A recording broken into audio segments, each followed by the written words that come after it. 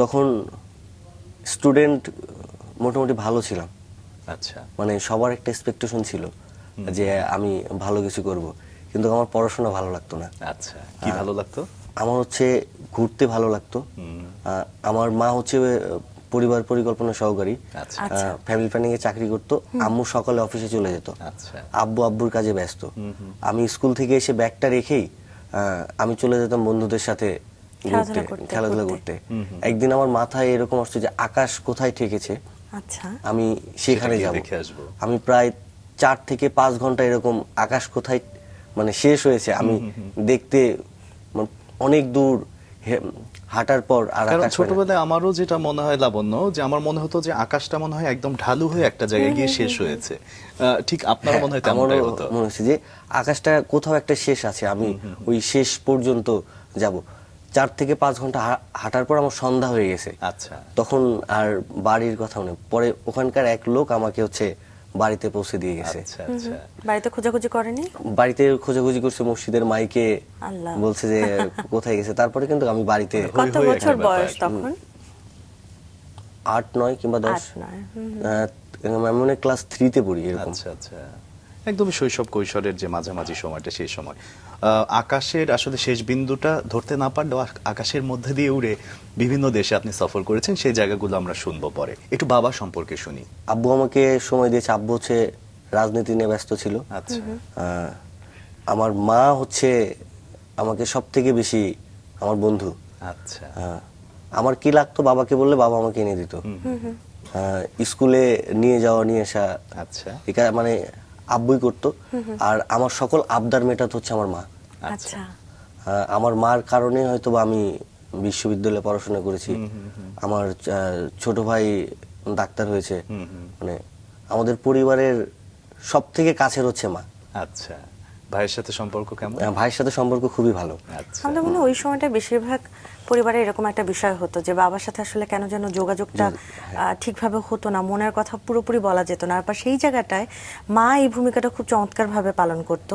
মায়ের সাথে আসলে আমরা সকল আবদার, রাগ, অভিমান সবকিছু মনে হয় এখনো দেখাই। আমি একদম, জানি না একদম। আপনাদের ক্ষেত্রে একই কিনা বিষয়টা। আমার ক্ষেত্রে হচ্ছে আমার বন্ধু হচ্ছে আমার মা। আমার সকল চমৎকার। আবদার, আমার যা কিছু করার আমাকে বলে। আমি যে পাপেট করছি এটা কেউ পছন্দ করতো না, আচ্ছা কিন্তু আমি আমার মাকে বুঝাতে সক্ষম হয়েছি হয়েছেন। যে পাপেট করেও ভালো কিছু করা সম্ভব। আচ্ছা এই স্ট্রাগলটা নিয়ে আমরা জানবো যে এই যে পাপেট কেউ আসলে পছন্দই করতো না বা এটা যে একটা পেশা হতে পারে, এটাইও বোঝাতে হয়তো অনেকটা সময় লেগেছে আপনার। এই গল্পটা শুনবো, কিন্তু আপনি অনেক কিছু করেছেন। আপনার অর্জনগুলো নিয়ে আমরা একটু জানি, সেটাই মুহূর্তে একটু দর্শকদের জানিয়ে আসবো। আসাদুজ্জামান আশিক একজন নিবেদিত প্রাণ শিল্পী, যিনি পুতুল নাচকে জীবনের প্রধান ভাষা ও পেশা হিসেবে বেছে নিয়েছেন।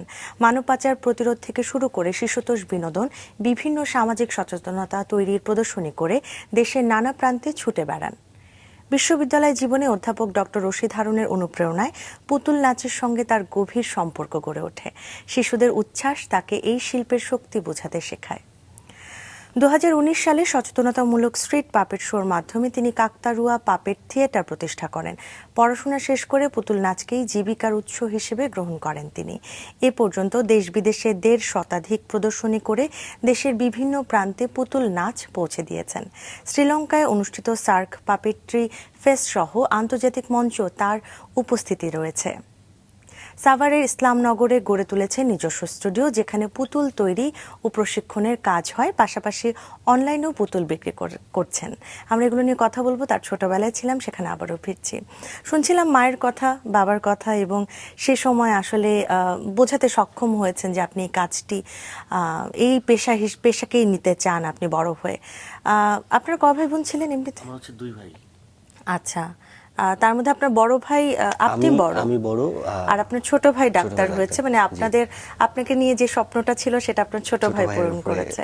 তো আমরা একটু ধীরে ধীরে তাহলে আগাই। এই যে আপনার যে স্বপ্ন, এই স্বপ্ন কোন বয়সে গিয়ে আসলে তৈরি হলো এবং কবে থেকে বুঝতে পারলেন যে আপনি এই জায়গাটায় আসলে পথ হাঁটতে চান এই পথে?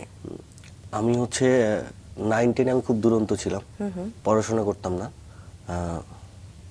গান বাজনা নিয়েই ছিলাম। যেখানে গান হতো আমি সেখানে ছুটে যেতাম।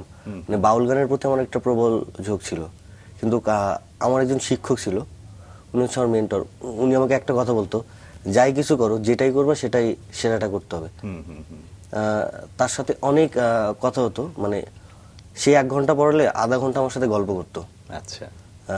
যখন আমার 9-এর টেস্ট পরীক্ষা হয়, তখন স্যার একটা বলছিল যে অনেক তো হলো, এবার একটু পড়াশোনা করো। আচ্ছা তখন আমি হচ্ছে পড়াশোনার দিকে ওই 3 মাস প্রচুর পড়াশোনা করেছি। আচ্ছা আচ্ছা তারপরে যখন আমার রেজাল্ট হলো এসএসসির, আমার রেজাল্ট কেউ বিশ্বাস করে নাই আচ্ছা যে আমার রেজাল্ট ভালো হইতে পারে। কোন স্কুল জানা ছিল আপনার? আমার স্কুল ছিল হচ্ছে পল্লী উন্নয়ন একাডেমি। আচ্ছা। এটা হচ্ছে বাংলাদেশের মধ্যে 2টা পল্লী উন্নয়ন একাডেমি, একটা বগুড়া আর হচ্ছে কুমিল্লাতে। জি। স্কুলে আমার রেজাল্ট, আমি যাকেই বলি কেউ আমার রেজাল্ট বিশ্বাস করে না। আচ্ছা। আমার বাবাও বিশ্বাস করেনি। আচ্ছা, কেমন ছিল একটু শুনতে তো আমারও আগ্রহ হচ্ছে। সবাই রেজাল্ট দেখার জন্য হচ্ছে, আমি মনে হচ্ছে আমি পাশ করলেই আমি বাঁচি। আচ্ছা তারপরে আমার রেজাল্ট শিট যখন প্রিন্ট হয়, তখন আমার রেজাল্ট A+ হয়। আমি আমার নিজের রেজাল্ট প্রথম যখন নিজে দেখি, তখন আমারও কেমন যেন বিশ্বাস হচ্ছিল না। ওই সবকিছু মিলে করে আমি যাকেই বলি কেউ বিশ্বাস করে না। পরে আমার বাবার এক বন্ধু বাবাকে বলে যে আমার রেজাল্ট ভালো হয়েছে, তারপর স্যাররা যখন বলে তখন সবাই বিশ্বাস করে, তখন আর কি মিষ্টি নিয়ে এসে মিষ্টি খায়। দারুণ, এর দারুণ। আগে কেউ কেউ বিশ্বাস বিশ্বাস করেনি। করেনি। আচ্ছা, আপনি বলছিলেন যে ছোটবেলা থেকে গান ভালোবাসতেন এবং এলাকায় কোনো জায়গায় গানের আয়োজন হলে আপনি সবার আগে সেখানে ছুটে যেতেন। পাশাপাশি তো পড়াশোনাও চলছিল, কিন্তু পরিবার থেকে এই যে গানের প্রতি একটা মানে কি বলবো যে ভালো লাগা, এটার জন্য কোনো রকম বাধা হয়নি? বাধা বলতে আমাকে বলতো যাই কিছু কর, পড়াশোনাটা ঠিক রেখে। আর আমি পড়াশোনা করতাম আমার মতো, আমাকে মানে 8 ঘন্টা 10 ঘন্টা করে সবাই যে পড়তে এরকম না। আমার যখন মন চাইছে আমি তখন মানে পড়াশোনা করেছি। আচ্ছা, তাহলে আমরা যে বলতেই পারি আমি যে আপনি নিয়মের মধ্যে কখনো মেধাবী। পড়াশোনা করতে পারিনি। যে আমার মনে হলো আমরা 3টা থেকে সকাল পর্যন্ত পড়েছি, আবার সকাল 6টা থেকে আমি প্রাইভেটে যাইতাম, এই কাজগুলো করেছি। কিন্তু রাত্রেবেলা যদি কোথাও বাউল গান হইতো, আমাদের বগুড়ার ওই অঞ্চল বাউল গানের একটা প্রচলন ছিল, আমি রাত্রেবেলা ওখানে চলে যেতাম। আমাকে আর তখনকার যে সন্ধ্যার পরে বাড়ির বাইরে থাকা খুবই কঠিন খুবই ছিল। খেলা করতো না। খুবই কঠিন ছিল। রাত 9টার পর সবাই ঘুমায় যেত, তখন আমি বেরোতাম। এবং যে সময়ের কথা বলছিলেন সেই সময় তো আসলে আপনি একটু ছোটও ছিলেন, ওই বয়সটা আসলে এখন এসে তো মনে হওয়ারই কথা যে ছোট ছিলাম। পরিবার থেকে যে বাধাটা ছিল সেটাও আসলে অমূলক নয়। পরিবার সবসময়ই চায় যে সন্তানদের বা পরিবারের বিভিন্ন সদস্যদের নিরাপত্তা নিশ্চিত করতে। সেই জায়গাটা তো অবশ্যই কিন্তু আমাদের এই জায়গায় গুরুত্ব মাসুক দিতে আমার হবে। খুব জানতে ইচ্ছে করছে, রাত 9টায় আপনি কিভাবে বের হতেন? একদম। আমার কাছে বাসার একটা চাবি ছিল। এটা আপনি বানিয়েছেন? হ্যাঁ। আচ্ছা, এটা জানে কেউ সবাই নাকি আজকে এখানে বলছেন? এখানে বলছি। আচ্ছা, আচ্ছা, আচ্ছা। আপনার বাবা মা তো এটা দেখবে আজকে এই পর্বটি। তো তারপর কিভাবে বানানোর পরে কিভাবে বের হতেন, পালাতেন কিভাবে? আব্বু আম্মু ঘুমিয়ে যেত, আমি আমার রুম থেকে বেরোয় তালাটা খুলে আমি আমার মতো বের হয়ে যেতাম। আচ্ছা, আব্বু আম্মু হয়তো টের পাইতো, কিছু বলতো না। এটা কিন্তু হয়, বাবা মারা কিন্তু বুঝতে পারে, কিন্তু একদম, আমাদের একদম। অনেক সময় আসলে একটু করে ছাড়ও দিত। তো এই দুষ্টুমির মধ্যেও আসলে স্বপ্ন কখন পূরণ করবেন সেটা কিভাবে ভাবছিলেন? আপনার একটা চাপ তো ছিল, যেহেতু আপনাকে ডাক্তার, আপনাকে চাইছিল আপনার বাবা মা আপনি ডাক্তার হন, কিন্তু আপনার ভালো লাগতো গান, এই বিষয়গুলো কিভাবে সমন্বয় করেছিলেন? আমি হচ্ছে পড়তাম, আর যখন হচ্ছে ইন্টারমিডিয়েট পরীক্ষা দিলাম, সবাই কোচিং করতে ঢাকায় আসে। এটা তো এক অন্যরকম যুদ্ধ। হ্যাঁ, আমি এরকম পরীক্ষা শেষ করেই ঢাকায় এসে হচ্ছে মেডিকেল কোচিং এ ভর্তি হই। আমি আর আমার একটা বন্ধু আছে অনিক কুণ্ডু, আচ্ছা, এই দুইজনকে বাড়ি থেকে পাঠাই।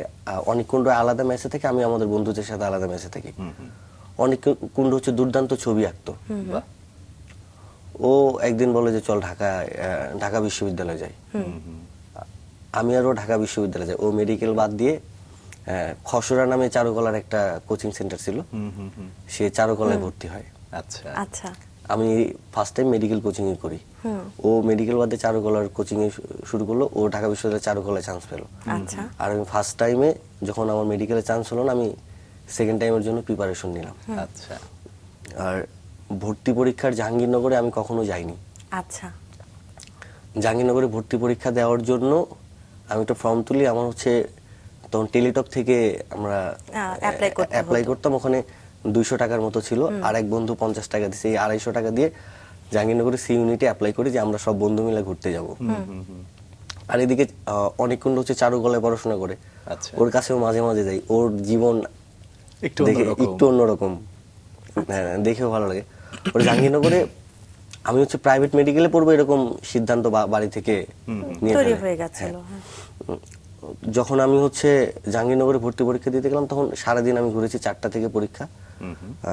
আমি হয়তো 1 ঘন্টার পরীক্ষা মানে আধা ঘন্টায় দিয়েছি। আচ্ছা আচ্ছা।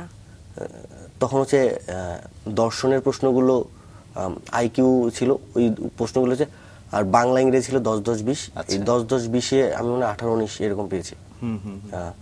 আর নাটকের প্রশ্নগুলো দেখে আমি ম্যাক্সিমাম প্রশ্নই পারি। আচ্ছা মানে গান থেকে প্রশ্ন আসছে যে তাল কয় প্রকার, কাহার বা তাল, এই মাত্রাগুলো, যাত্রা মঞ্চের কয় দিক খোলা থাকে, এই প্রশ্নগুলো ম্যাক্সিমাম কমন। আচ্ছা আর তখন আমি হচ্ছে নাটকের সবগুলো প্রশ্ন দাগাই। দারুণ আচ্ছা। দারুণ। তারপরে আর খোঁজ খবর নিয়ে নিয়ে জাহাঙ্গীরনগর থেকে চলে আসি মেডিকেলের জন্য। চায়নাতে যাওয়ার জন্য একটা প্রিপারেশন নিব যে চায়নাতে গিয়ে মেডিকেল পড়বো। আচ্ছা। বাড়ি থেকেও রাজি। হঠাৎ করে আমার ফোনে একটা মেসেজ আছে, সিলেক্টেড ফর ভাইবা। আচ্ছা ওয়াও। তারপরে আমি যেখানে থাকতাম ওখানে এক বড় ভাই আমাকে বলল যে তুমি হারানোর কিছু নাই, জাহাঙ্গীরনগর গিয়ে ভাইবা দিয়ে আসো, আচ্ছা। তুমি নিজেকে যাচাই করে আসো। আমি মেঘ না চাইতেই বৃষ্টি চলে এলো। তারপর আমি হচ্ছে সায়েন্স ল্যাব থেকে একটা খমক নিয়ে, খমক বাজাতে পারতাম, একতার বাজাতে পারতাম, খমক নিয়ে আমি জাহাঙ্গীরনগর ভাইবা দিতে যাই। আচ্ছা ভাইবা শুরু হওয়ার কথা 9টায়। আমি ঘুম থেকে উঠি 9টায়। আচ্ছা পরে ভাইবা দিতে গিয়ে দেখি আধা ঘন্টা পর ভাইবা শুরু হচ্ছে। আমি হচ্ছে ওই দিনের প্রথম ভাইবা দিচ্ছিলাম। আচ্ছা আচ্ছা যখন আমি ভাইবা বোর্ডে গেলাম তখন গান গাওয়ার জন্য বললো, আমি 4টা গান গেয়েছিলাম। 4টা গান গাওয়ার পর ডক্টর সোমা মমতাজ ম্যাম আমাকে বললো আমরা তো এখানে গানের জন্য নেই না। পরে ম্যামকে বললো ম্যাম কিসের জন্য, তখন বললো যে অভিনয়ের জন্য। আচ্ছা। তখন হচ্ছে অভিনয় করি। অভিনয় করার পর যে হারুন স্যার আমার শিক্ষক, আচ্ছা উনি যার আমাকে, অনুপ্রেরণা আপনি জি, পেয়েছেন।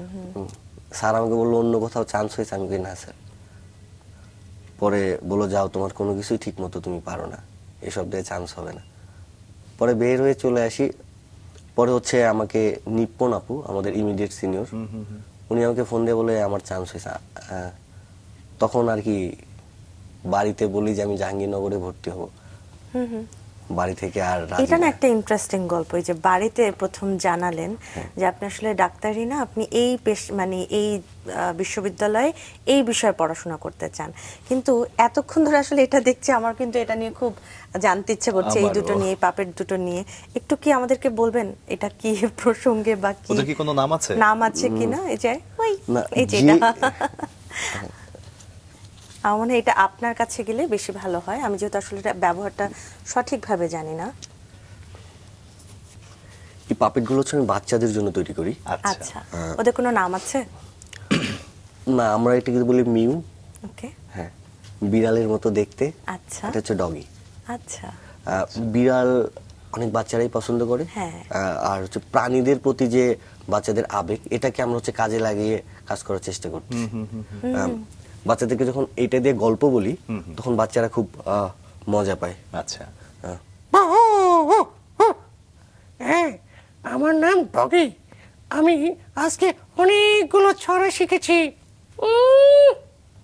দেখি তুমি ছড়াগুলো একটু বলো তো। শুনতে চাও? বলছি। হাট্টিমাটিমিটিম, তারা মাঠে পারে ডিম, তাদের খরা দুটো শিং, তারা হাট্টিমাটিমিটিম। আমি কাউন্ট শিখেছি। কাউন্ট মানে কি? কাউন্ট মানে হচ্ছে গণনা। 1 2 3 4 5 6 7 8 9 10। এবার হচ্ছে Wow. চমৎকার।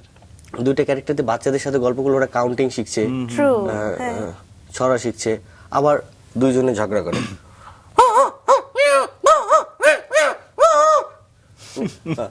বাচ্চারা পছন্দ করে যে বুদ্ধিমান যেমন সেরকম হচ্ছে একটু আলাভোলা, আচ্ছা। এই ক্যারেক্টারগুলো বাচ্চারা পছন্দ করে। আচ্ছা। এই কিন্তু অনেক সময় ভুলে যায়। হ্যাঁ হ্যাঁ।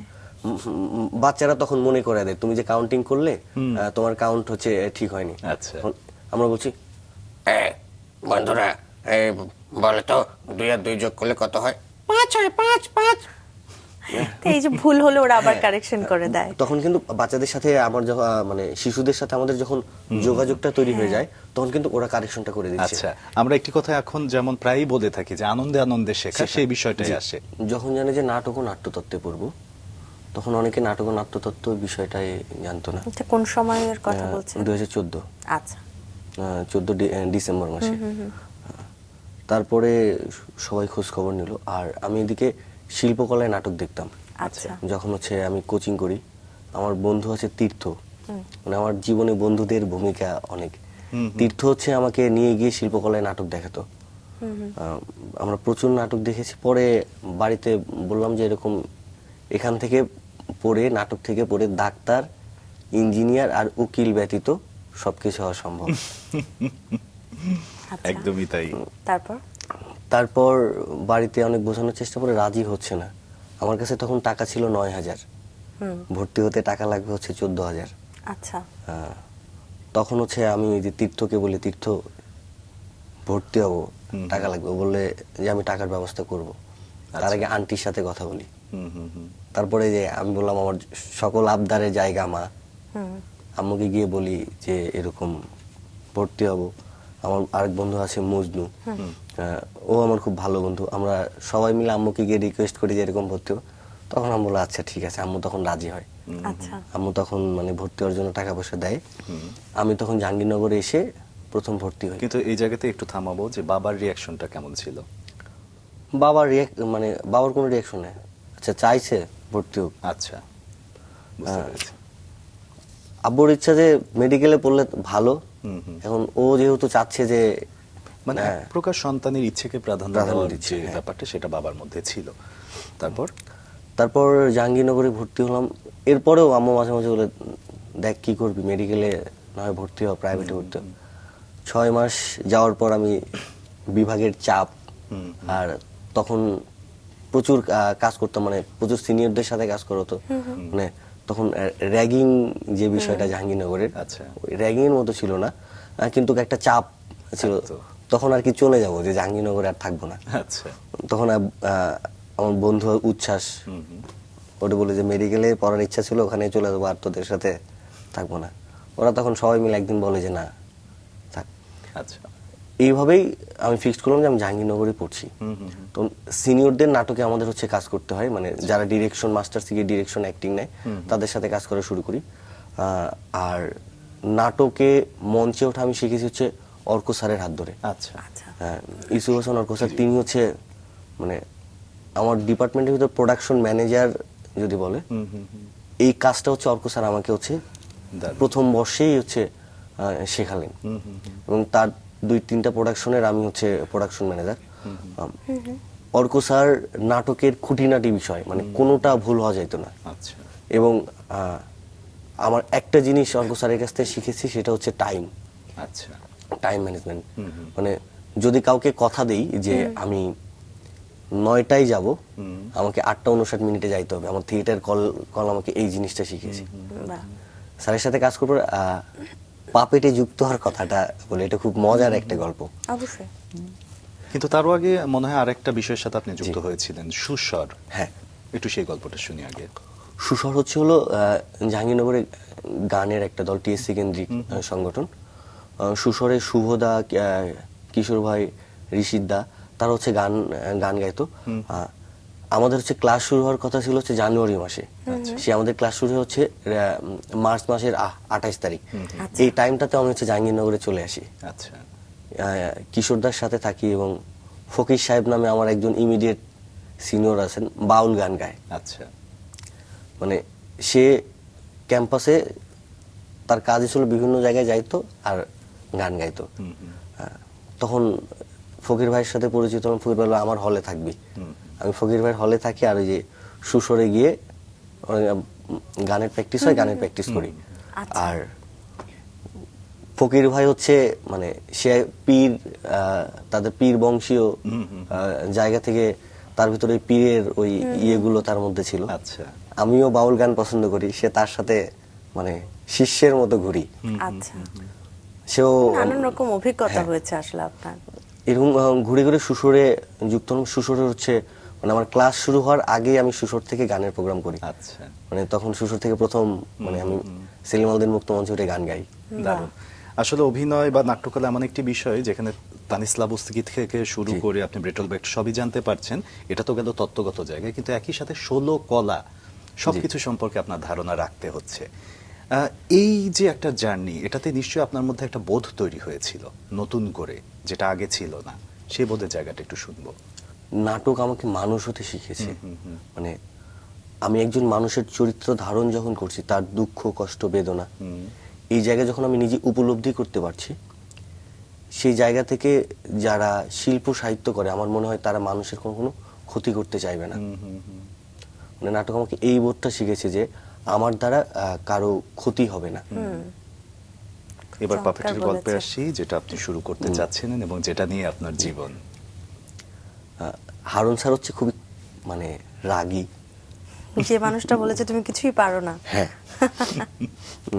সে ডিপার্টমেন্টের নিচে আমি তো 44 ব্যাচ, 42 ব্যাচের সবাইকে নিয়ে এবং আমার কয়েকজন বন্ধু বান্ধব নিয়ে নিস্তালার একটা রুমে বিশ্ববিদ্যালয়ের দিবস উপলক্ষে তারা হচ্ছে পাপেট করবে, নিজেরা পাপেট তৈরি করছে। আমি একদিন দুই দিন যাই, বন্ধুরা স্যার যখন না থাকে তখন দেখি বন্ধুরা সারাদিন ককশিট করছে, ককশিট দিয়ে শেপ এনে মানে আদল তৈরি করছে। আমি একদিন গিয়ে 1 ঘন্টা থাকার পর দেখি যে না, এটা আমার জন্য না। আমি আবার বেরোয় ক্যাম্পাসে উঠেছি। এরকম বেশ কয়েকদিন, একদিন স্যারের সামনে ধরা পড়ে গেছি। আচ্ছা। যে স্যার আমাকে বলে কাজ করবি, আমি সে করি, তাহলে বস। আচ্ছা ওই দিন 3টা থেকে রাত 9টা পর্যন্ত ওখানে ছিলাম। আচ্ছা। আমি কই যে শেষ, আমি আটকে গেছি পাপেটে। এবং পাপেটে হারুন স্যারের কাছে যারাই কাজ করতে যায়, এটা একটা প্রচলন, স্যারের কাছে গেলে আটকে যাবে। আচ্ছা। আমি একদিন যাওয়ার পর আমি আর যাইনি। আচ্ছা। 8ই জানুয়ারি 2016 সালে শিল্পকলা একাডেমিতে হচ্ছে প্রথম পাপেটের শো হয় আচ্ছা। বাংলাদেশের পুতুল নাট্য গবেষণা উন্নয়ন কেন্দ্রে। আমি সেই দিন টিকিট পাইনি, সবাই টিকিট কেটে দেবে, আমি নাটকের টিকিট পাইনি। একবার ওই যা সামনে গিয়ে বস। আমি সেটের সামনে গিয়ে যখন বসছি তখন আমার 2 পাশেই বাচ্চা। আচ্ছা। বাচ্চাদের সাথে আমি সামনে থেকে দেখছি বাচ্চারা যখন বাঘের হুঙ্কারটা দিল, বাচ্চারা ভয় পেয়ে চলে আসলো। আচ্ছা। আবার যখন বাঘ সামনে আসছে, তোরা বাঘ কিন্তু ধরতেও যাচ্ছে। আচ্ছা। হ্যাঁ, এবং বাচ্চাদের প্রত্যেকটা বিষয় মনে থাকে, গানের সুরগুলো বাচ্চারাও তখন গুনগুন করে গাচ্ছে। দারুণ। তখন হচ্ছে আমার প্রথম হচ্ছে পাপেট ভালো লাগে। আর আমি ছোটবেলায় বাবার সাথে দুর্গাপূজার মেলায় গিয়ে পাপেট শো দেখেছি। আচ্ছা। এবং ওই দিনের যে শো দেখা, মানে সামনাসামনি পাপেট তো এমনিতে ভালো লাগছে, মানে দেখতে একটা অবয়ব যখন বাঘ কথা বলছে, আমি এটা জীবনেও কল্পনা করিনি যে বাঘ কথা বলবে। এবং সামনে আগে কার্টুনে দেখছি যে টম এন্ড জেরি কথা বলতেছে, কিন্তু এবার সামনাসামনি বাঘ কথা বলছে। হ্যাঁ। এবং বাচ্চারাও ভয়ে কাছে আসছে, আবার কিন্তু ওই বাঘটাকেই ধরতে যাচ্ছে। তখন মনে হলো না, পাপেটে যুক্ত হওয়া যায়। তারপরে নিতাই দা, অর্থী আপু, মানে অর্থী আপু 43 ব্যাচ ইমিডিয়েট সিনিয়র, নিতাই দা হচ্ছে 42 ব্যাচ। তারা বলে যে আয় পাপেটে কাজ কর। আচ্ছা। ওই যে পাপেটে গেলাম, আটকেই গেছি, বেরোতে পারিনি আর। সেই পাপেটের যাওয়ার গল্প তো শুনবো, কিন্তু এখানে আরেকটা পাপেট আমরা দেখতে পাচ্ছি। এটা একে নিয়ে একটু শুনবো আমরা। হ্যাঁ। ওর তো নিশ্চয়ই কোনো নাম আছে। কি নাম? এর নাম হচ্ছে ব্লু। ব্লু। হ্যাঁ। ওকে, একদম চেনার জন্য হ্যাঁ। একদম সহজ নাম। আমরা হচ্ছে কালার থেরাপি নিয়ে বাচ্চাদের সাথে যখন করি, বাচ্চারা কালারটা পছন্দ করে। ওকে। যখন আমি ব্লু বলছি, ওদের মানুষপটে কিন্তু এই কালারটা তৈরি হয়ে যাচ্ছে। সত্যি। হ্যাঁ, এই কালার দিয়ে আমরা ছড়া বলি, আর এটা দিয়ে আমরা হচ্ছে সবচেয়ে বেশি ইন্টারঅ্যাকশনটা করি।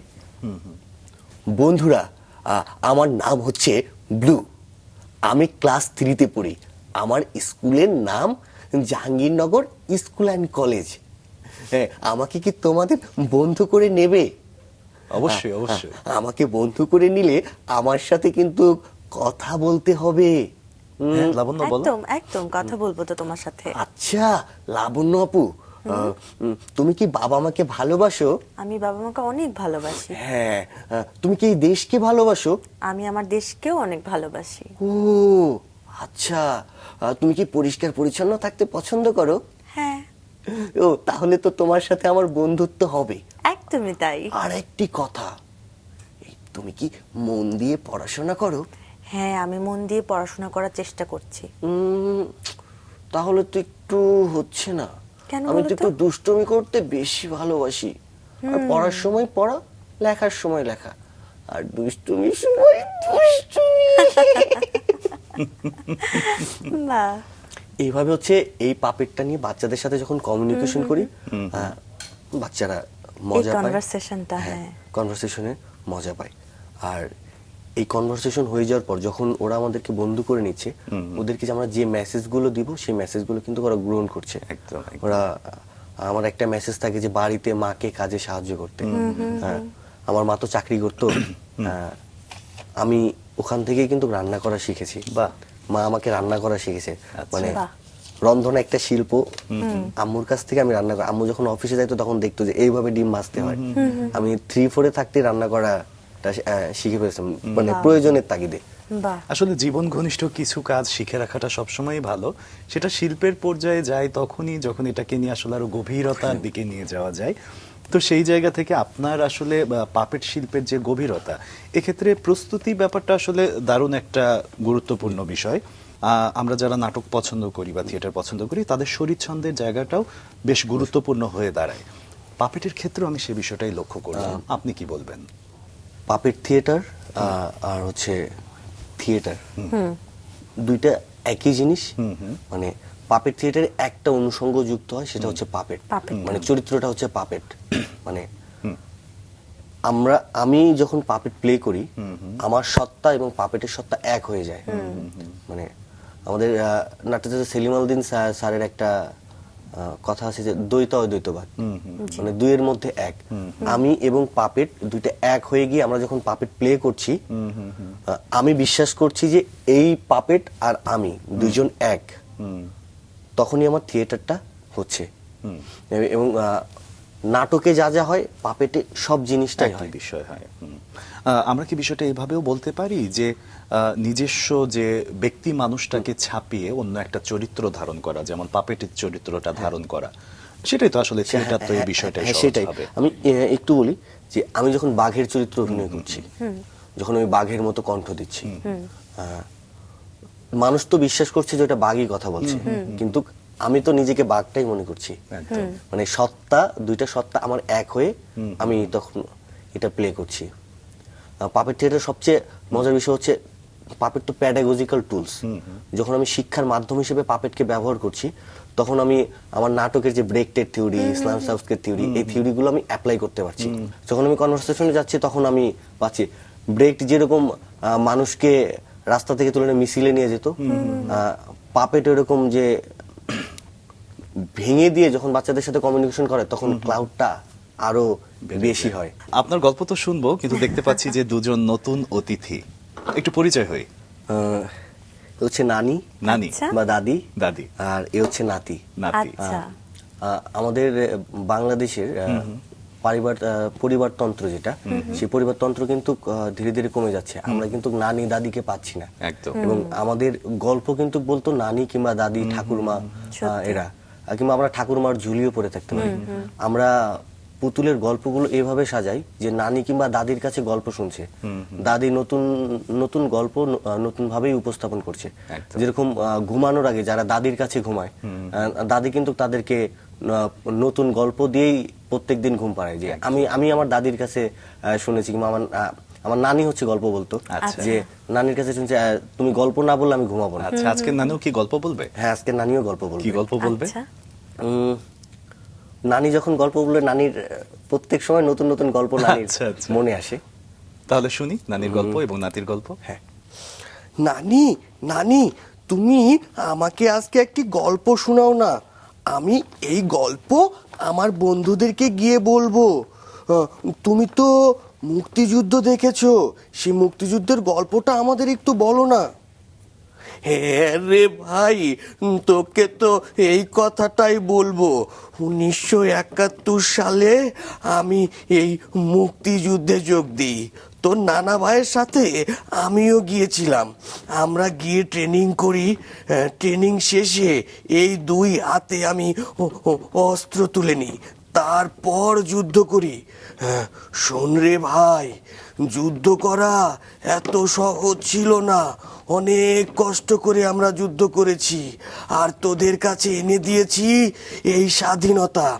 তোরা যদি এই স্বাধীনতাকে রক্ষা করতে না পারিস, তাহলে আমাদের এই যুদ্ধ করার পরিশ্রমটাই বৃথা। নানি, তুমি যুদ্ধ কত নাম্বার সেক্টরে করেছিলে? ও, আমার নাতি দেখি অনেক কিছু জেনেছে। শোন রে ভাই, আমি 2 নাম্বার সেক্টরে যুদ্ধ করেছিলাম। অনেক কিছু ছিল। আমি অনেক তথ্য এনে এই মুক্তিযোদ্ধাদের দিতাম, সেই ভিত্তিতেই তারা যুদ্ধ করত। বাহ, হ্যাঁ নানি, আমি আমার বন্ধুদেরকে বলবো এই স্বাধীনতা তোমরা যেরকম আমাদেরকে এনে দিয়েছো, আমরাও এই স্বাধীনতাকে রক্ষা করব, এই দেশকে আরো সুন্দর করব। এই দেশে যেন ঘুষ, দুর্নীতি, মানুষের ক্ষতি করা এসব কাজ যেন না থাকে। আমি তো নিজে করবই না, অন্য কেউ করতেও দেব না, কথা দিলাম। হ্যাঁ রে ভাই, হ্যাঁ, অবশ্যই করবি। দেশকে ভালোবাসা ইমানের অঙ্গ। আমরা সবাই দেশকে ভালোবাসবো, তাহলেই তো আমাদের এই দেশ সুন্দর এবং সাফল্যমণ্ডিত হবে। আয় ভাই, তোকে নিয়ে যাই, আমরা গল্প করতে করতে এই দেশটাকে আরো সুন্দর করব। আবার দেখা হবে। বাহ, খুবই চমৎকার লাগলো, তাই না সত্যিই তাই। মাসুক?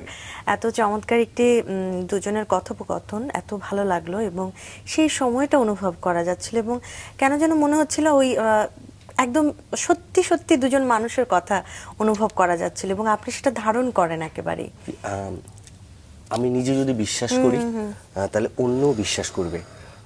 আর গল্প কথনের মাধ্যমে আমরা চাই যে বাচ্চাদের শিক্ষাটা হোক আনন্দদায়ক। সত্যি যে বইতে যে গল্পটা আছে, সেই গল্পটা যদি আগে দেখি এবং শুনি, তাহলে সেই খুব মনে সেই থাকে। গল্পটা মনে থাকে। আমরা মানে পাঠ্যপুস্তকে আমার বাংলা বইয়ের গল্প, তারপরে কিছু ম্যাথ, 2 বন্ধু ঝগড়া করে ম্যাথটা সলভ করে, কিংবা আমার বাংলা বইয়ের যে গল্পগুলো আমরা যদি ভিজুয়ালি দেখাই, মানে নানি নাতি 2 জন কথা বলে, দাদির সাথে কথা বলে, যে তারা কি গল্প দেখবে, সেই গল্পটা যখন দেখে, তখন কিন্তু তারা বিষয়টা মনে রাখতে পারে। একদম। আমি চাই পাপেটকে শিক্ষার মাধ্যম হিসেবে ব্যবহার করতে। বাহ। মানে বাচ্চারা আনন্দে আনন্দে শিখবে, মজায় মজায় শিখবে। একেবারে তাই। এবং এই জায়গাটা যদি আমি একদম পেছনেই ফেরাই আপনাকে আবারও, যে 2016 সালে প্রথম আসলে অনুভব করা যে আপনি এই পাপেট ভালোবাসা শুরু করছেন, কিন্তু একদম এই কাজটা করবেন কবে থেকে শুরু হলো? সেই কাটা বোনের গল্প, সেই একটু একটু করে স্ট্রাগল করা, সেগুলো নিয়ে একটু শুনতে চাই। 16 সালে পুতুল নাট্য গবেষণা কেন্দ্র যুক্ত হলাম। স্যারের সাথে কাজ করতে করতে মানে স্যারের প্রতি আমার একটা ভালো লাগা তৈরি হয়েছে। মানে একটা মানুষ এত পরিশ্রম করতে পারে, রাত 11টা 12টা অবধি স্যার কাজ করে। আচ্ছা, মানে স্যারের ওয়াইফ ম্যাম আমাকে ফোন করে, তোর স্যার কই, আমি কাজ করছে। ম্যামও কিন্তু কাজ দেখতে চলে আসে। আচ্ছা। যে একটা মানুষের এই পাপেটের প্রতি এত ডেডিকেশন। আমিও স্যারের সাথে কাজ করি, করতে করতে স্যার অনেক সময় অনেক কথা বলে।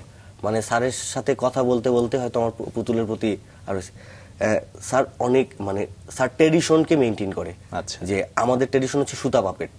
মানে ভারতবর্ষের আদিভূমি বলা হয়, পুতুল নাট্যের আদিভূমি বলা হয় ভারতবর্ষ। সেই ভারতবর্ষে এই সুতা পাপেট, আমি যে পাপেটটা প্লে করলাম, মানে এটাতে কিন্তু ফুল বডিটা দেখা যাচ্ছে, আর ওগুলো কিন্তু হাফ দেখা যায়।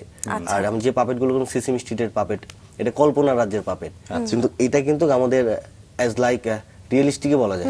একদম একদম। স্যার বলে যে আমাদের জিনিস নিয়ে আমরা গর্ব করব। স্যার এই কাজগুলো করে। আমি বলি না স্যার এরকম না। স্যারের সাথে তখন আমার হচ্ছে তর্ক হয়। স্যার তখন আমাকে অনেকগুলো বই দেয়, যে তুই বই পড়ে দেখ। আমি বই পড়ে আসি, যে স্যার পাপেটের সেট হবে এমন, আমি কাঁধে করে নিয়ে যে শো করব। আপনার শো করতে হলে বাস নিতে হয়, পিক আপ নিতে হয়, নিয়ে সেট করতে হয়। আমি এত কিছু চাই না, আমি কাঁধে ব্যাগ নিব, ওই ব্যাগ নিয়ে গিয়ে শো করব। আচ্ছা। স্যার অনেকক্ষণ মুখে থেকে তাকাতে, পারলে করে দেখাও। ওকে, আমার এই চ্যালেঞ্জটা আমাকে স্যার দেখাবো। এবং স্যার আমাকে বলতো যে তুই কোনোদিন কোনো পাপেট একা তৈরি করিসনি। আচ্ছা। মানে আমি পাপেটের স্যারের সাথে যখন কাজ করতাম তখন কস্টিউম করতাম, পাপেট রং করতাম। আমি কিভাবে করতে হয় আমি পুরো প্রসেসটাই জানি, কিন্তু আমি স্যারের সামনে বসে কোনোদিন পুরো পাপেট আমি তৈরি করে স্যারকে দেখেনি, স্যার এই পাপেটটা পুরোটা আমি তৈরি করেছি। স্যার আমাকে মানে মাঝে মাঝে খোঁজায় তোদের, তুই পাপেটই করিস, পাপেট বানাইতে পারিস না। আমি স্যার আমি একদিন দেখাবো আপনাকে পাপেট বানাই। এইভাবে তখন হচ্ছে জাহাঙ্গীরনগর বিশ্ববিদ্যালয়ের সামনে হচ্ছে ওভারব্রিজটা ছিল না, ফুট ওভারব্রিজ, এবং আমাদের 2 বড় ভাই ফুট ওভারব্রিজের কারণে মারা যায়। আমরা আন্দোলন করে ব্রিজ পাই, কিন্তু আমরা কেউ জাহাঙ্গীরনগর এই ব্রিজটা মানে ওভারব্রিজটা ব্যবহার করি না। তখন আমার মাথায় আইডিয়া আসলো যে ফুট ওভারব্রিজ ব্যবহার করার জন্য আমরা কিছু করতে পারি। তখন হচ্ছে আমরা একটা মাস্কট বানাই, ওয়াকারন পাপের যেটা, এবং আমরা মাইমের মেকআপটা করি। রাস্তায় দাঁড়ায় যাই, যেই রাস্তার মাঝখান দিয়ে পার হতে যায় তখন আমরা বাঁশি ফু দেই এবং তাদেরকে অঙ্গভঙ্গি করে মাইমের অঙ্গভঙ্গি করে তুমি ফুট ওভারব্রিজটা ব্যবহার করো।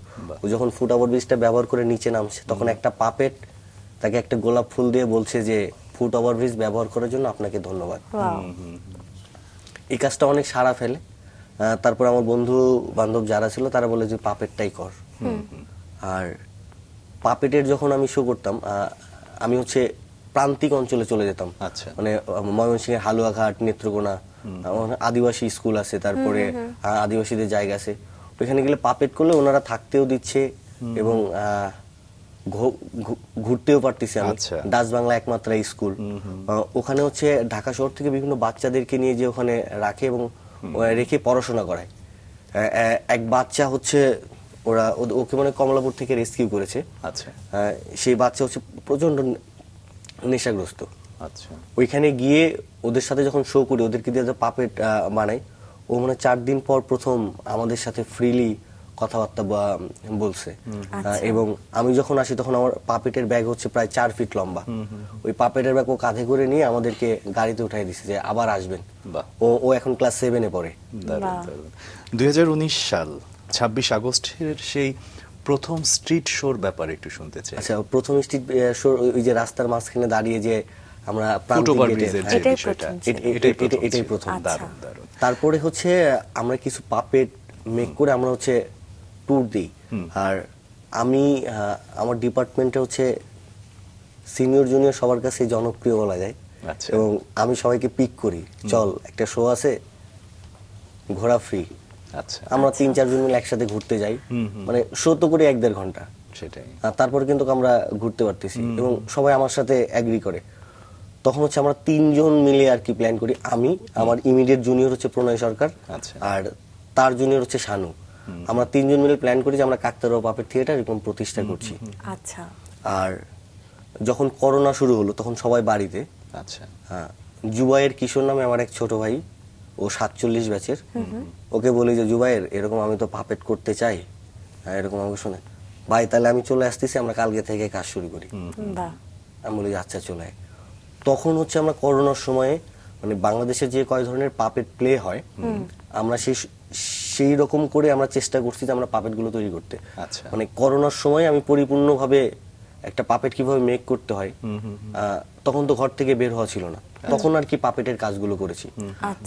করোনার সময় অ্যাকশন এইডের আমি 18টা মাস্কট তৈরি করেছি, মানে রোহিঙ্গা ক্যাম্পের জন্য।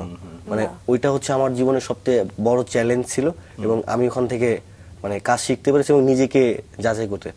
তারপর এখন অনেক কাজ করি, কাজ হয়ে যায়, কিন্তু প্রথম কাজগুলো চ্যালেঞ্জিং ছিল। কিন্তু আমার এখানে একটু জানবার আছে যে হারুন স্যারকে যে বলা যে আপনি পিকআপে করে যেগুলো আসলে যেই পাপেটগুলো নিয়ে যেতে আপনি খুব ক্যারি করে যাতে হাতে আপনার নিজস্ব ব্যাগে নিয়ে যেতে পারতেন, সেটা কি বানিয়ে ফেলেছিলেন না বানাতে পেরেছেন? হ্যাঁ, সেগুলো বানিয়ে ফেলেছি। আচ্ছা। এখন হচ্ছে আমার স্টুডিওতে 400-500 পাপেট আছে। ওকে। এবং এই যে প্রথমে যে আমি শক্স পাপেট গুলো দেখালাম বাচ্চাদের জন্য, এই পাপেট গুলো হচ্ছে আমি অনলাইনে সেল করছি এবং অনলাইনে এটার চাহিদা মোটামুটি ভালো। বাচ্চারা এই পাপেট গুলোতে ছড়া, কবিতা এগুলো বলতে খুব ভালো, এবং বাচ্চারা যখন করে আমার থেকে বাচ্চাদেরটা সুন্দর বেশি হয়।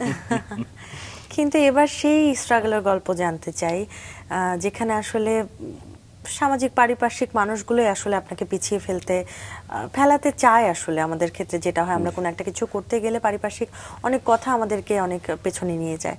আপনার ক্ষেত্রে কি হয়েছিল? এই যে এটাকেই পেশা হিসেবে নিবেন, যেখানে বড় ছেলে আপনি, সমাজের অনেকের চিন্তা থাকে যে বড় ছেলে পরিবারের দায়িত্ব নিবে, ভালো একটা কিছু করবে, একটা চাকরি করবে, সেই জায়গায় আপনি একটা কঠিন বিষয় বেছে নিয়েছিলেন। আপনার ক্ষেত্রে কি হয়েছিল, গল্পগুলো জানবো। আমি হচ্ছে রশিদ হারুন স্যার, উনি আমাকে বলছিল যে কাজ জেনে রাখ, যদি কাজ জেনে রাখিস চলতে পারবি। আর যে হাতের কাজ জানে সে পৃথিবীতে কোথাও ঠেকবে না। একদম একদম পৃথিবীতে কোথাও ঠেকবে না, এই জায়গা থেকে একটা কথা চলে আসে যে আপনি প্রান্তিক পর্যায় থেকে শুরু করে একদম আন্তর্জাতিক মঞ্চ পর্যন্ত সব জায়গায় দাপিয়ে কাজ করছেন বা করেছেন। সেই অভিজ্ঞতার আলোকে শুনতে চাইবো যে এই যে একটা জায়গায় থেকে বা একদমই শূন্য একটা জায়গায় থেকে এইরকম একটা সমৃদ্ধ জায়গায় চলে আসা, এটা আপনাকে কিভাবে অনুপ্রাণিত করে এবং পরবর্তী জেনারেশনের জন্য কি বলবেন? আমার অনুপ্রেরণার জায়গা হচ্ছে আমার কাজ, আমার প্রতিদ্বন্দ্বী আমি নিজেই। আমি কাজের মাধ্যমে নিজেকে জানতে চাই। আচ্ছা, যখন আমি প্রান্তিক পর্যায়ে কাজ করছি তখন প্রান্তিক মানুষের সাথে কিভাবে মিশে যেতে হয় এটা আমি জানতে পারছি, এবং এখানে আমার একটা উপলব্ধি হচ্ছে যে শিল্পের কোনো ভাষা নেই। আমি যে কোনো দেশে ওইখানে যখন আমি শ্রীলঙ্কায় শো করলাম, ওদের ভাষা তো আমি জানি না, আমার ভাষাও তো ওরা জানে না, কিন্তু যখন আমি একটা মাধ্যমে প্লে করলাম ওরা কিন্তু সকল কিছু বুঝতে পারলো। আচ্ছা, ভাষা ছাড়াও এই পাপেট, এই মাধ্যম নিয়ে ওদের সাথে কমিউনিকেশন করা সম্ভব। লাবণ্য, আমাদের আজকের অতিথি তো আসলে সার্ক পাপেট্রি ফেস্টে অংশগ্রহণ করেছে, সে বিষয়টাও শুনি আমরা। সার্ক পাপেট্রি ফেস্টে পাপেটের যে আমাদের টিম, পুতুল নাট্য গবেষণা উন্নয়ন কেন্দ্র, সবাই এর আগে বিদেশে পাপেটের শো করেছে। জি, আমি শো করিনি, এবং স্যারকে মাঝে মাঝে, স্যার সবাই প্লেনে উঠলো, আমি তো প্লেনে উঠতে পারলাম না। তখন হচ্ছে স্যার এরকম একটা অফার পাই যে পাপেট্রি ফেস্টে আমরা যাবো, তখন আমরা হচ্ছে টিম রেডি করি, এবং শোর আগে আমরা যে অনুশীলন করি সেটা হচ্ছে সব থেকে কঠিন। আচ্ছা, এবং স্যার ওই জায়গায় সব থেকে স্ট্রিক্ট। আচ্ছা, কিরকম? মানে আমাদের শোর ডিউরেশন যদি হয় 28 মিনিট, 28 মিনিট 28 মিনিটে হইতে হবে। যদি আমার বেশি হয়ে যায়, আমার শোর মানে ঢিলে হয়ে যায় আর কি, মানে ঝুলে যাওয়ার সম্ভাবনা ঝুলে যাওয়ার সম্ভাবনা থাকে। এরকম আমরা 4-5 দিন প্র্যাকটিস করার পর আমরা একদিন ফ্রি পাই। তারপরে আমরা যখন ইউনিভার্সিটি অফ কলম্বোতে যাই, কলম্বের ওদের সাথে আমি হচ্ছে পাপেট নিয়ে প্রথম ওদের সাথে কমিউনিকেশন করার চেষ্টা করি। ওরা পাপেটটা গ্রহণ করে। যখন দেখলাম আমার বাংলা ভাষা বুঝছে না, তখন আমি বাংলা গান গাচ্ছি। আচ্ছা, মানে আমাদের গানের সুর আর ওদের গানের সুর একই। বাহ, আমি যখন আমার পাগলা ঘোরারে কই মানুষ কই লইয়া যায়, এই সুরে কিন্তু ওরাও গান গাচ্ছে। তখন ওদের পাপেট আর আমাদের পাপেট আমরা মিক্সড করে কিন্তু মানে পর পর গান গাচ্ছি। তখনই দেখলাম যে ভাষার কোনো ব্যারিয়ার না, সব সুর সব টিউন একই। আমরা জাতি, বর্ণ কিংবা অঞ্চল ভেদে আমাদের কণ্ঠস্বর পরিবর্তন হয়, আমাদের কথার পরিবর্তন হয়। একদম। আর এই পাপেট, এই মাধ্যমটা নিয়ে আমার খুবই আগ্রহ এবং আরো জানার। আচ্ছা, এইটা নিয়ে এই পাপেটের চোখ নড়বে, মুখ নড়বে এবং আরো প্রাণবন্ত হবে। আচ্ছা, আমি যদি আমার সত্তা দিয়ে পুরোটা দিয়েই যদি করতে পারি, তাহলে আমার পাপেট মানে কথা বলবো, তখন আমার মানে সৃষ্টির যে আনন্দ, সৃজন যে আনন্দ, ওই আনন্দটা আমি পেতে চাই। অনেক সময় বর্তমান সময়কে বলা হয় যে সোশ্যাল মিডিয়ার যুগ, সেক্ষেত্রে পাপেট নিয়ে সোশ্যাল মিডিয়াতে কোনো পারফরমেন্স করার বা রেগুলার কিছু করার কোনো পরিকল্পনা আছে? হ্যাঁ, আমার ফেসবুক পেজে মোটামুটি পাপেটের ভিডিওগুলো মানুষ দেখে। আচ্ছা। আমি ছোট ছোট ছড়া, তারপরে গান পাপেট দিয়ে, এবং আমার শোর যে ভিডিওগুলো আমি সোশ্যাল মিডিয়াতে ফেসবুকে দিচ্ছি। তার মানে ইতোমধ্যে আপনি করছেন? হ্যাঁ। আচ্ছা, এবং সেখান থেকে মোটামুটি ভালো সাড়া পাচ্ছি। বাহ, দারুণ। এগিয়ে যান, এবং ভবিষ্যতে কাকতাড়ুয়া পাপেট থিয়েটার এবং বাংলাদেশের পুতুল নাচকে আপনি কোন জায়গাটায় দেখতে চান? কাকতাড়ুয়া পাপেট থিয়েটারের একটা সময় পাপেট ইন্ডাস্ট্রি হবে, পাপেট দিয়ে সিনেমা হবে, আচ্ছা। এবং পাপেট দিয়ে বাচ্চাদের এডুকেশন কন্টেন্ট তৈরি হবে, এবং এই পাপেটগুলো প্রত্যেকটা প্রাইমারি স্কুলে যাবে, প্রত্যেকটা স্কুলে যাবে, এবং স্কুলে গিয়ে যখন তারা পাপেটের শো করবে, বাচ্চারা আনন্দে আনন্দে শিখবে। আচ্ছা। আমি চাই যে শিক্ষার উপকরণ হিসেবে এই পাপেটটা ব্যবহার হোক। এবং আমাদের দেশে কিন্তু শিশুতোষ কন্টেন্ট খুবই কম। আচ্ছা, মানে শিশুদের জন্য যে গল্প তৈরি করা, মানে শিশুতোষ কথা সাহিত্যিক, মানে শিশুদের নিয়ে যে চিন্তা করবা, এরকম মানুষের সংখ্যা খুবই কম। আমি চাই যে শিশুদের নিয়ে ভাবুক। রবীন্দ্রনাথের কথা আছে যে শিক্ষায় কোনো আনন্দের সহিত যে শিক্ষা, আমি চাই যে আমার কৈশোরটা আনন্দদায়ক হোক।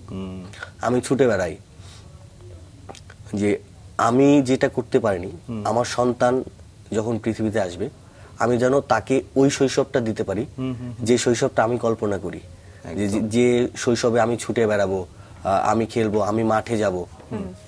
মানে এখন আমরা এমন এক পরিবেশের মধ্যে বসবাস করছি যে কিছুদিন পর হয়তো আমি সুন্দরবন থাকবে না, বাঘ থাকবে না। আমি চাই যে এমন একটা দেশ হবে যেখানে সবকিছুই থাকবে, মানে প্রাণ এবং প্রকৃতি টিকে থাকবে, মানুষ টিকে থাকবে, মানুষ প্রাণ ভরে নিঃশ্বাস নিতে পারবে। আমি আমার এই শিল্প মাধ্যম নিয়ে আগাতে চাই। একদম একদম।